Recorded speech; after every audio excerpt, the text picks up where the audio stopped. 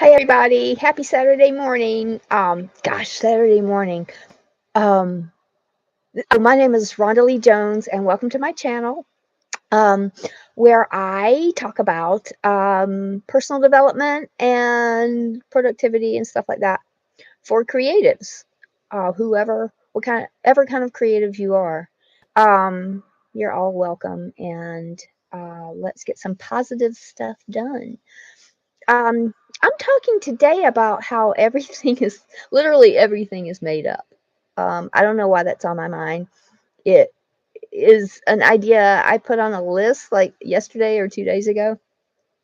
And because I sometimes I get into these wild discussions with one of my coworkers who is, creative and stubborn and just so many things, big personality. Um, and we will talk about stuff, and this happens more frequently than I'm comfortable with. But he will say something like, that's just a made up word. And I looked at him one day and I said, you do understand that all words are made up, right? All of them. The word all is made up. It came out of somebody's head at some point in the distant past, and now it means a thing. And you know what? Over time, that meaning is going to shift. It's going to change. Spellings are going to shift. Spellings are going to change. Here in the U.S., we made up some new spellings for some words not that long ago. Not that, and they're real because they're in the dictionary. I don't know. That was a big that was a big discussion when I was a lot younger about the word ain't, because we use that here a lot. Ain't. And some people like to say, oh, ain't a word. And I'm like, will you define a word for me, please? A word is a sound that comes out of our mouths that we have ascribed a specific meaning to. That's what a word is. It ain't in the dictionary. It is now. It's still not a word apparently for some people. But and we have new words now that we didn't have even a decade ago. That's just language. It changes. We discover or create a new concept that is useful, and we assign a sound and a spelling to go with it. And there you go. We have created something. Um, so anyway, that's an that's an that's an argument we have sometimes about which words are real or not. Like one thing is just as real as something else. This is important to creatives because a lot of people who want to do it right are looking for the rules. Honey, there ain't no rules. I saw something the other day where a young woman, I think, um, was asking older women what they what they knew now that they didn't know when they were young. And what I said was that none of us know what we're doing. We're all just making this stuff up. You know, um, here, which is an interesting situation because I'm here, with offerings and that sort of thing. What I am doing is saying, this is what works for me, or this is what I've heard works for someone else. Usually it's going to be stuff that works for me because it's going to be stuff that I created, because I have an issue. I need a tool. I make a tool. It's just how my brain works. And I think, well, this will probably help some people. So I'm going to share it. I'm not saying you need this, you will fail without it. No, maybe you don't need it. If you don't need it, move on, don't use it. But if you want to try it to see if it helps, then yes, please. Not everything is for everyone. And and there are some, people who definitely are very aggressive and come on. I enjoy them sometimes. Sometimes that's what I need. I think it's Mark Manson that said your feelings, And what I'm assuming he means by that is, don't let your feelings ride the bus. They are important. Certainly if you don't know where that stuff is coming from, you're going to repeat some stuff you don't want to repeat. But, we all have different approaches, and I'm not somebody who says, well, they don't know anything. They know some stuff. They know some stuff. We all know some stuff. But everything is all these methods that you see out here are created by different people with different needs for people with different needs, and a lot of them are very useful. And you have to be discerning in what you need. Now, if you are new to the journey of trying to figure yourself out, then try different things, see what works. Go into a phase of experimenting. We should all do that. Some stuff is going to stick with you, some is not going to stick with you. Some stuff is going to stick with you for a while, or you're going to leave it and come back to it periodically. And that's perfectly fine. That is perfectly fine. That's how you grow and develop as a human being. So, yeah, everything is made up. And I think that can be frightening sometimes when you realize that, because what is reality? Reality is what we say it is. Honestly, it's what you experience to be real. Um, so there you go. There you go. And things change as you move along and learn stuff. But yeah, everything is made up. And so what you're doing with your life or with your creative project is yeah, make some stuff up. Do what works for you. One thing that is interesting about, I guess, quirky brains. I'm going to just lump it all under creative brains work differently. Extremely intelligent brains work differently. I find that going in a straight line, I can't learn in a straight line. When I was a kid, I do this now too. If I have a nonfiction book, I'm probably not going to read it cover to cover. I'm going to go and cherry pick chapters, and I'm going to read it out of order because that's what my brain wants at that time. That's how I will keep the information, and not to try and force myself to go in a linear. I hardly do anything in a linear fashion. I don't learn in a linear fashion. I don't have conversations in a linear fashion. Yes, I'm random. I'm a little chaotic with that. It seems chaotic to someone who is linear. That doesn't make me wrong. That doesn't make them wrong. It makes us different. So, yeah, make up the rules as you go along. Find stuff that other people say that helps you. If you find a method of acting or a method of this or a method of that that helps you, definitely do that.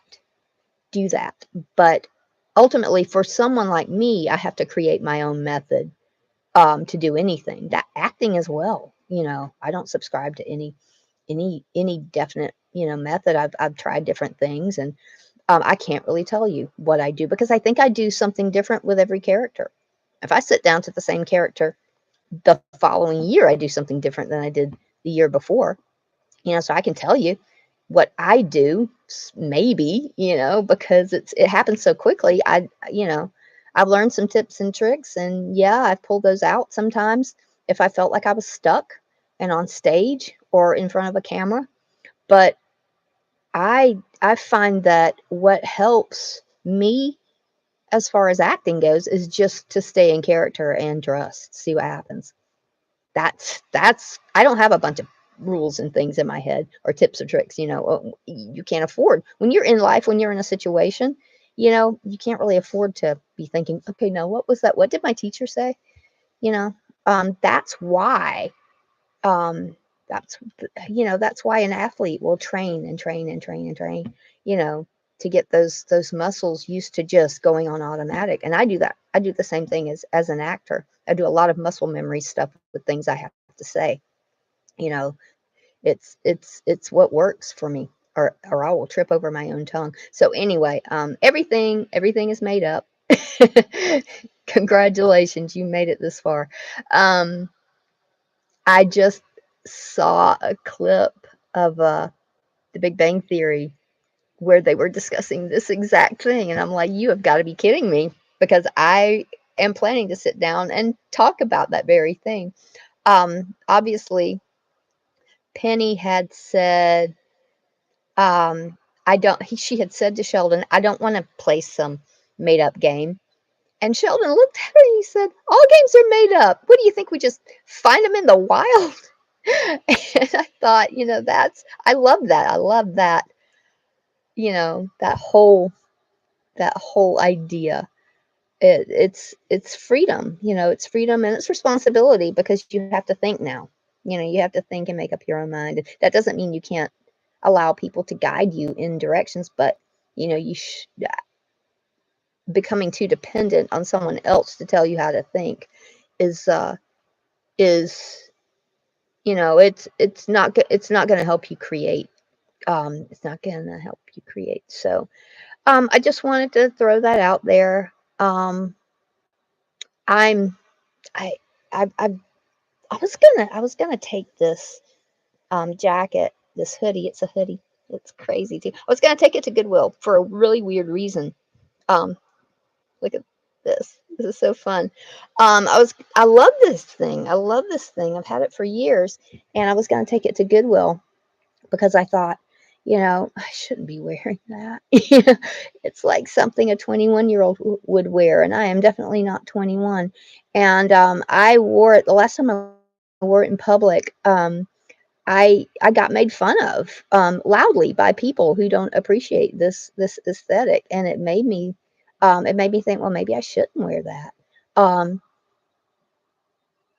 but I've been thinking a lot lately about, who am I? Who am I? Who do I want to be? What is my aesthetic? What is my this? What is my that? And I thought, you know what? I love this hoodie and I'm going to wear it. And if someone doesn't like it, that's fine. They don't have to like it. I may not like what they're wearing. I'm not going to make fun of them about it. I'm not going to make them feel bad about their their choices like that. But I realized, I guess, that I'm the sort of person who is going to draw attention, when I'm in public. And not all of it's going to be good. So there's nothing I can do about that except not exist, not leave the house, you know. So I guess what I'm saying is that goes for fashion, that goes for everything. Everything is made up. It's somebody's preference. Um, and so my thing that I am doing is I'm just going to let them show me who they are, you know. Um, and I like creativity. I like creativity in clothing and fashion, um, in life. I like expression. I like fun and play. And I think honestly that's the secret to happiness, is allowing yourself to play, allowing yourself to have fun. I'm a whimsical sort of person, and non-whimsical sort of people. I'm not. I'm just, er,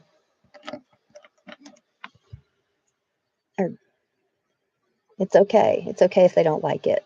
I'm going to do it anyway, and just allow them to show me and everyone around us, I guess, who they are. You know, because I like this. I like this. It's fun. It's um it's who I am, and there you go. Everything is made up. I'm making up that I get to wear this. So oh, we need an exercise today. What if you it, it, you know what? Let's just center around fun. Let's center around fun. Um Make a list of 3. It can be 3, it can be 10, whatever. Make a list of, but 3 is less intimidating. Make a list of 3 things that you used to do as a kid that you don't do anymore because you're all grown up.